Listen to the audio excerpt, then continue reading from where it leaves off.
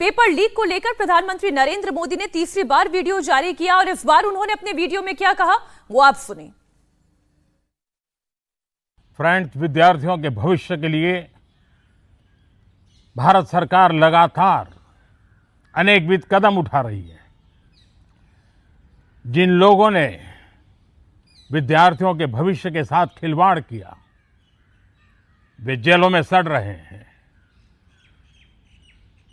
हमने fast track court बना चुके हैं। हम पार्लियामेंट के अंदर भी कठोर कानूनों के प्रावधान के साथ नया कानून बनाने की दिशा में भी आगे बढ़ रहे हैं। लेकिन हमें भविष्य के लिए सोचना है। हमारी परीक्षा पद्धति विश्वस्त हो, हमारी परीक्षा पद्धति ट्रांसपेरेंट हो, हमारी परीक्षा पद्धति में सबसे ज्यादा अब टेक्नोलॉजी का उपयोग हो। इन सारी बातों को ध्यान में रखते हुए विश्व प्रसिद्ध टेक्नोलॉजी एक्सपर्ट श्रीमान नंदन नीलेकनी जी के नेतृत्व में एक हाई पावर टास्क फोर्स बनाने का निर्णय किया है, जो एग्जामिनेशन रिफॉर्म की तरफ फोकस करेगा और जल्द से जल्द आने वाली परीक्षाओं की विश्वसनीयता को सुनिश्चित करने का काम इसके रिपोर्ट के आधार पर कर दिया जाएगा। बहुत बहुत धन्यवाद।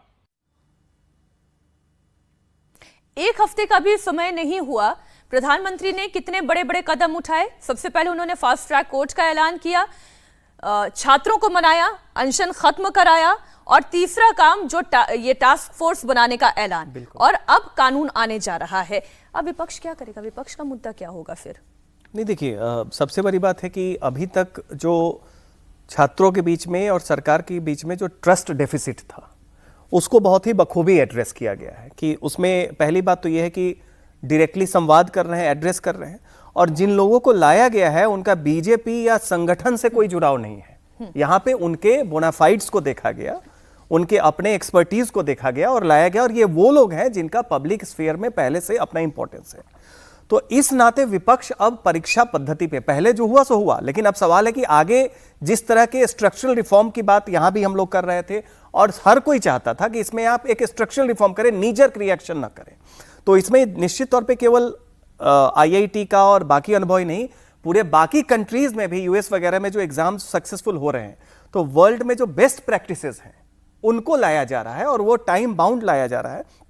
इस मुद्दे पे विपक्ष सरकार को नहीं घेर सकता। अब विपक्ष के घेरने की तैयारी कहीं और जा रही है, जो राहुल गांधी जी के लेटर में दिख रही है कि भाई आपने पेलेट गन्स कैसे यूज किए, लेथल वेपन कैसे यूज किए। तो अब उनका जो उन्होंने गृह मंत्री अमित शाह को पत्र निश्चित तौर पे कम से कम इस मामले में एक छात्रों के नजरिए से देखें तो ये कदम देर आए दुरुस्त आए वाली कवायद है, और ऐसा होना चाहिए था पहले, लेकिन अब हो रहा है। तो निश्चित तौर पे मान के चलिए कि सबको उम्मीद है कि अगर ये सफल हो गया तो भारत की परीक्षा प्रणाली विश्व स्तर पे सबसे उत्कृष्ट ढंग से होने वाली परीक्षाओं में एक मानी जाएगी। अखिलेश यादव कुछ कह रहे हैं, वो दर्शकों को सुना देते हैं। ये टास्क फोर्स और इतने बुद्धिजीवी लोगों को, और ये पहले से बुद्धिजीवी लोग रहे हैं सदन में या उन्होंने बहुत अच्छे स्थानों पे काम किया है, सरकार आज क्यों बना रही है? 2014 में क्यों नहीं बनाया? और अगर जो 2014 से बने होता तो देश हमारा विकसित और जल्दी हो गया होता। अभी इंडिया गठबंधन के लीडर्स की बैठक है, मेरी जानकारी में नहीं आया है अभी बैठक के बाद आपको बता देंगे। एक और सवाल है, ओवैसी कह रहे हैं कि समाजवादी पार्टी दरवाजा खोले उनके लिए उत्तर प्रदेश में, वो आना चाहते हैं, बाद में पछताएं नहीं। आप दरवाजा नहीं खोल रहे हैं? क्या चीज? बाद में देखिए, किसी से उलझो मत, किसी से उलझने की जरूरत नहीं है। जो रास्ता हम लोग चल करके आ रहे हैं उसी रास्ते पे चलेंगे। पीडीए, सामाजिक न्याय के राज की स्थापना, संविधान के तहत हक और सम्मान दिलाना, उसी रास्ते पे हम लोग चलेंगे। और अभी बीजेपी को हराया भी हम लोगों ने। अभी जो गठबंधन है, जिस गठबंधन में हम सब लोग हैं, अभी तो बीजेपी को हराया और कितनी महत्वपूर्ण सीटें हराई हैं। अब क्या बोल रहे हैं अखिलेश यादव? किसी से उलझो मत, लेकिन मैं ये पूछ रही हूं तो फिर आप सुलझ भी तो नहीं रहे हैं। और ये बात बिल्कुल ठीक है, काल करे सो आज कर, आज करे सो अब, ये बात बिल्कुल ठीक है। लेकिन फिर आप चले जाइए यूपीए सरकार के दौरान भी, तब भी पेपर लीक होते थे। नंदन नीलेकणी तो तब भी आपके पास थे, आपकी पार्टी से जुड़े हुए थे, तब क्यों नहीं यूपीए सरकार ने कोई टास्क फोर्स तैयार कर दी? बिल्कुल यही बात है। अभी आप इसको, एक तो हम लोग के हम ऐसे भी कहते हैं कि जब जागो तब सवेरा। अभी लगा कि ये चीजें ठीक करनी चाहिए हैं, और हम फिर एक आंकड़ा दे दें, उससे सारी तस्वीर साफ हो जाएगी। 2014 से 7 साल पहले, ये अभी आया है आंकड़ा, 2007 से 2014 के बीच में 71 परीक्षाओं के पेपर लीक हुए थे। एक दो नहीं, 71 परीक्षाओं के पेपर लीक हुए थे उन 7 वर्षों में, और किसी ने कोई जवाबदेही नहीं ली थी। 2018 से 23 हम उस दिन भी कह चुके थे कि 19 परीक्षाओं के पेपर अकेले राजस्थान में सिब्बल का इस्तीफा लिया था? नहीं लिया था, और सिर्फ राजस्थान में 19 पेपर लीक हुए 18 से 23 के बीच में, और किसी की जवाबदेही तय नहीं। डोटासरा शिक्षा मंत्री थे, इस्तीफा लिया था क्या? नहीं हुआ। और अभी उसके बाद एक ऐसी समस्या जो अब जाके खड़ी हुई है, उसको आप कह रहे हैं कि 14 में क्यों नहीं एड्रेस किया था। देखिए, उस समय एक अखिल भारतीय परीक्षा नहीं होती थी। जब अखिल भारतीय परीक्षा शुरू हुई 2017 में एनटीए का गठन हुआ है, और एनटीए की जो कमियां हैं उसको दूर करने का काम 2014 में करते। जाकर के कैसे करते, जब जो समस्या थी ही नहीं उसको सुलझाते पहले। तो ये क्या है कि आप आए, आपको विरोध में कुछ कहना है। देखिए, ये जो अटल बिहारी वाजपेयी की कविता थी ना कि छोटे मन से कोई बड़ा नहीं होता, तो ये आप बड़े नहीं हो सकते हैं इससे। अभी ये ऐसी पहल थी नंदन नीलेकणी की अध्यक्षता में एक हाई पावर्ड कमेटी बनाने की। आप इसकी तारीफ करिए, दिल खोल के तारीफ करिए, अपने सुझाव दीजिए। अगर आपके पास कोई सुझाव है हाई पावर्ड टास्क कमेटी के पास, आप लिख करके 1 से लेकर के 10 तक सुझाव दीजिए उनको, और कहिए कि इसको लागू करिए देश में। अब देखिए, रामगोपाल यादव भी एक बयान दे रहे हैं। वो क्या कह रहे हैं? कानून लाने से पेपर लीक नहीं रुकता है। आप सुने जरा।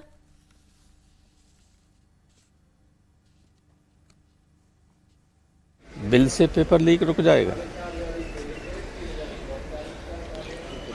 कठोर दंड की व्यवस्था 302 में है, हत्या की आजीवन कारावास या फांसी, कभी रुकी? कानून से नहीं रुक सकता है। पेपर लीक होता है या तो पेपर बनाने वाला, या जहां पेपर छपता है, या कुछ बहुत महत्वपूर्ण कोचिंग सेंटर्स जिनकी पहुंच बहुत है, वो सेटिंग उनकी होती है, वहां से लीक होता है।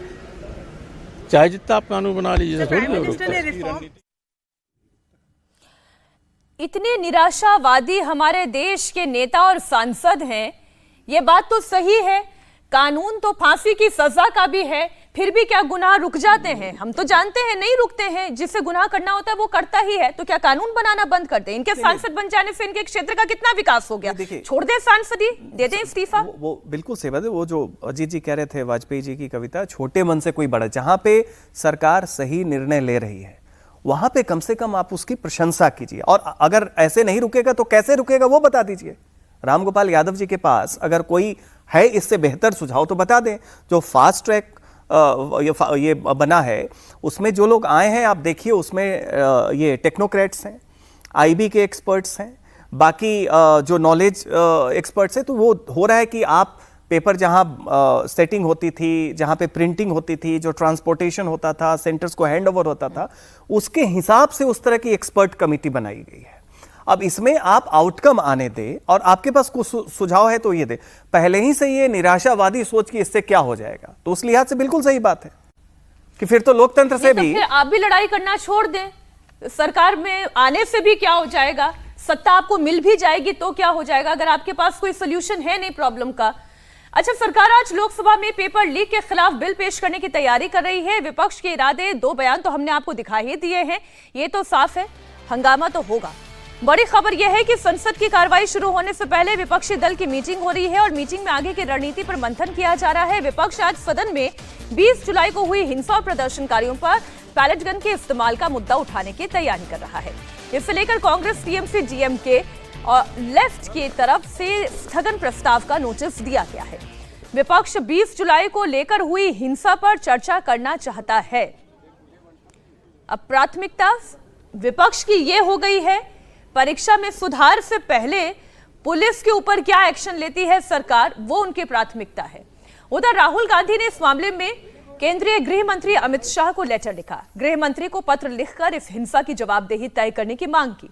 लेटर में राहुल गांधी ने 2 सवाल पूछे हैं। पहला सवाल तो यह है कि छात्रों पर पैलेट गन के इस्तेमाल की इजाजत किसने दी? दूसरा, सादे कपड़ों में लाठी चलाने वाले कौन थे? प्रश्न उनके वाजिब हैं, लेकिन क्या इस वक्त इन प्रश्नों से पहले इस बिल पर चर्चा नहीं होनी चाहिए? देखिए, ये या विपक्ष के हाथ का एक मुद्दा है, वो अपने मुद्दे को कैसे ना भुनाएं? बिल्कुल, ये एक मुद्दा उनके पास है और ये इन लोगों से बहुत पहले हम लोग यहीं चर्चा में ये सवाल उठा चुके हैं कि सादे कपड़े में जो लोग थे, जो लाठी चला रहे थे, महिलाओं के साथ अभद्रता हुई है, उसकी जांच कराएगी पुलिस। और आप देखिए, ये इसमें ये कोई इस बात का जिक्र नहीं करता है कि सीआरपीएफ ने जांच ऑलरेडी शुरू करा दी है। जो सीआरपीएफ की जांच हुई है, आरएएफ की जो रैपिड एक्शन फोर्स है, उसके कार्रवाई की जांच हुई है। और सूत्रों के हवाले से आज ही एक रिपोर्ट आई है इंडियन एक्सप्रेस में, हमने आज रिपोर्ट देखी कि वो आइडेंटिफाई किया है कि 5 जगह इस तरह के, सूत्रों के हवाले से खबर है, अभी कंफर्म नहीं है तो इसलिए हम लोग उस तरह से नहीं बात करें, लेकिन सीआरपीएफ ने जांच कराई। ये कहा गया कि आरएएफ के तरफ से 5 जगह पैलेट गन के इस्तेमाल की खबरें हैं। तो खुद ही सीआरपीएफ जांच करा रही है। आरएएफ के में जो अगर कोई आदमी दोषी पकड़ा जाता है तो उसके खिलाफ कार्रवाई की तैयारी सरकार खुद ही कर रही है। यहां राहुल गांधी जो इशू उठा रहे हैं, उसका मंशा डिसरप्शन हो सकता है खाली। देखिए, पैलेट गन का इस्तेमाल मेनलैंड भारत की अपनी जमीन पर हो, ये हम लोग कोई उसको सपोर्ट नहीं कर सकते हैं। छात्रों के ऊपर हो, किसानों के ऊपर हो, किसी के ऊपर हो, अपने नागरिक के ऊपर पैलेट गन का इस्तेमाल नहीं होना चाहिए। जब कश्मीर में हुआ था तब भी इस बात को लेकर के बहुत विवाद हुए थे और आज तो 5-7 साल से वहां भी नहीं होता है। तो ये एक इशू है, लेकिन खुद ही एजेंसी जांच करा रही है। खुद ही जो हम लोग सीएपीएफ के लोग हैं वो जांच कर रहे हैं, जिम्मेदार ठहराने की कोशिश हो रही है। तो आप उनकी जांच तक भी रुकना नहीं चाहते? आप जांच तक नहीं रुकना चाह रहे। आपको लग रहा है कि अब आंदोलन तो खत्म हो गया, युवाओं को क्रेडिट मिल गया, आपको कुछ उसका क्रेडिट नहीं मिला, तो अब आप एक नया इशू ले आकर के डिसरप्शन। सर, आजकल जेंसी एक लिंगो है, वो मेरा बड़ा फेवरेट हो गया है, फोमो। वो फोमो से ग्रसित हैं। राहुल गांधी भी यहाँ पर फियर ऑफ मिसिंग आउट वाला उनका इशू है। तभी देखते हैं आज क्या करते हैं पार्लियामेंट में। तस्वीर वो भी हम दर्शकों के सामने रखेंगे।